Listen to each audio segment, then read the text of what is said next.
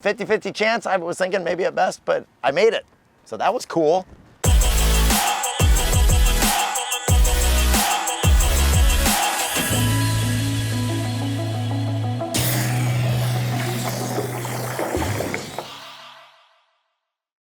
What's up everyone, Shaun Murray here, and today I'm gonna bring you guys a WakeSurfer review.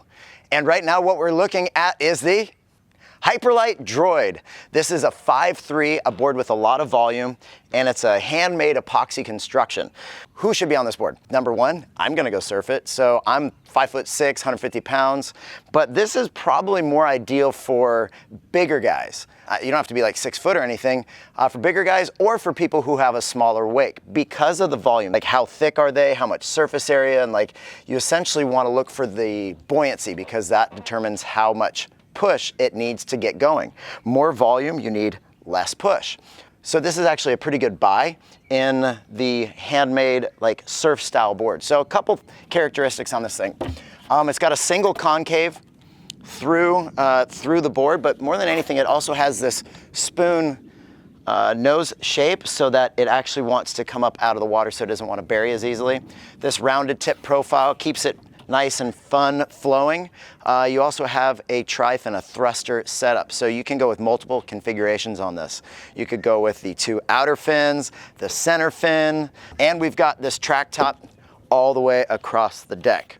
When you're surfing, I see a lot of people with their back foot a little bit too far forward for the board to have as much maneuverability as they want. So I would suggest when you want that board to feel like you're getting more drive or basically control off of the tail, move your foot farther back. It doesn't have to stand up on this, but against it is generally where you're gonna go when you want the board to become a little bit more maneuverable. When you want it to go from rail to rail, then you can move up farther in the board. And I'm gonna try a hang 5 on this thing. Hang 10 on wake surfing, I don't know if that's really doable. I don't know, maybe we try that. But I'm gonna go and take this thing for a ride and let you guys know what I think, because this is gonna be my first set on it. Let's hit the water.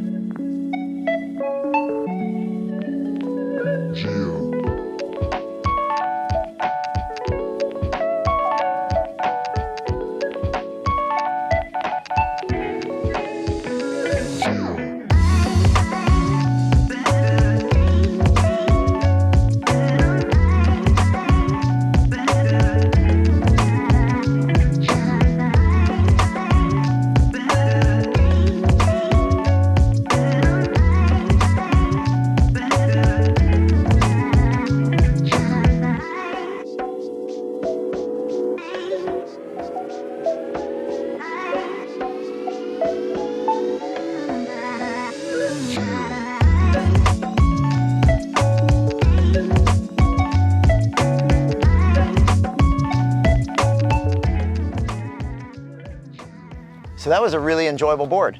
This Droid 5.3, overall, recommendation. It's a great buy, and for the people who are looking for a nice board that is still really playful. In fact, it was way more playful than I anticipated. I thought it was gonna be a bit more cruisy, kind of Cadillac-y feel, but when you want to get a little bit more drive on it, directional change, throwing spray off the top of the wave, you know, that hard turn, bottom turns, was a lot of fun. With this nice soft rail into that harder edge through the tail, allows it to still stay very fast. So you've got a lot of volume, that's your thickness and your surface area combined. So this was something that at 5.3 was more fun than I anticipated. So the Hyperlite DROID, definite recommendation. And I found myself moving around a lot more than I thought I would. So there's a lot of fun to be had there. Didn't think I was gonna make that 3. 50-50 chance, I was thinking maybe at best, but I made it. So that was cool.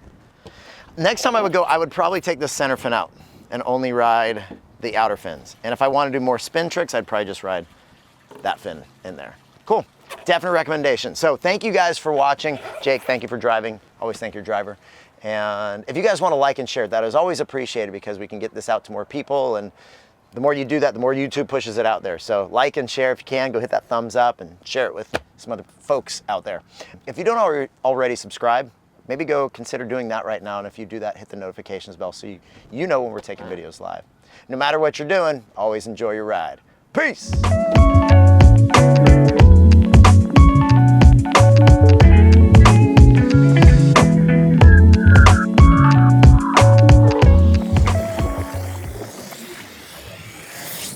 And it's hard to say rotary encoder. Rotary encoder. Yeah, I can say it. Let's surf.